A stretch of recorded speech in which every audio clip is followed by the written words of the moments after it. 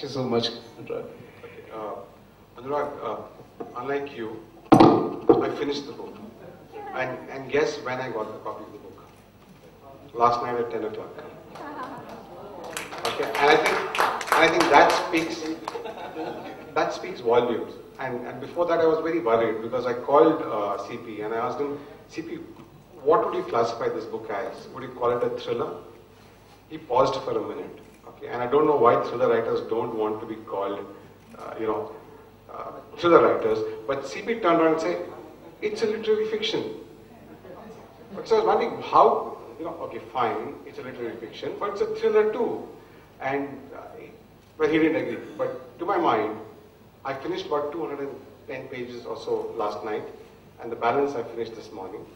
And to me, I have never read any other book so fast in my life. I think that volume. When you read the book, there's a character called Honey Kumar. And if you read the book, and the character really gets into you. And he's a bit of, how do I put it? He's a bit of Ranjit, Gulshan Grover, Ajit, and Gabbar Singh combined. Can you just imagine the power of that particular guy? He's a mixed breed of all these four guys and doesn't let you go. And that's the power of this guy, and the power of the narration in this book is just too good. Despite the language, which is very flamboyant, the story moves extremely fast, and I would say that each one of you should not only read this, but probably go back and... Sentence has to lead to something. There is a thing, what is going to happen next is a problem with me. I have no idea what's going to happen next, but then I'm curious. Hadel actually comes from a Greek word called Hades. Is the abode of the dead. It's another world.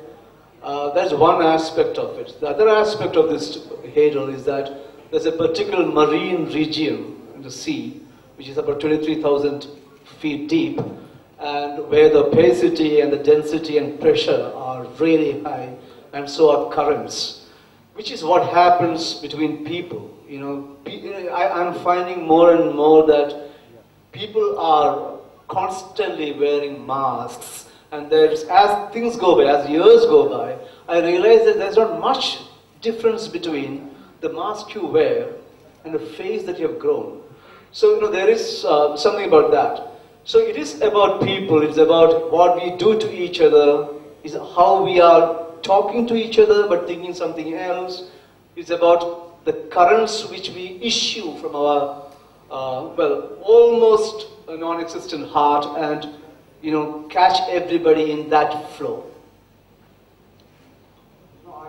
When I was reading the text, and underfucked. So, and he says that balance that, and you had your money's worth. Yeah, I think it's well put. That's all I can say. India. And the moral condition, the kind of things we ask of other people comes from that actually. The entire thing is a very defensive posture. And we keep talking about, why you should be like Ram, Maryada Purushottam, and it's all I would think. I hope, my former management is not here because I might be taken to court on that.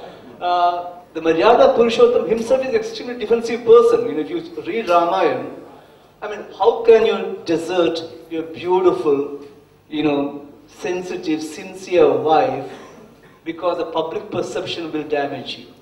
How do you do that? How do you say that, I'll let her walk through the fire, man, because I need to appear as good?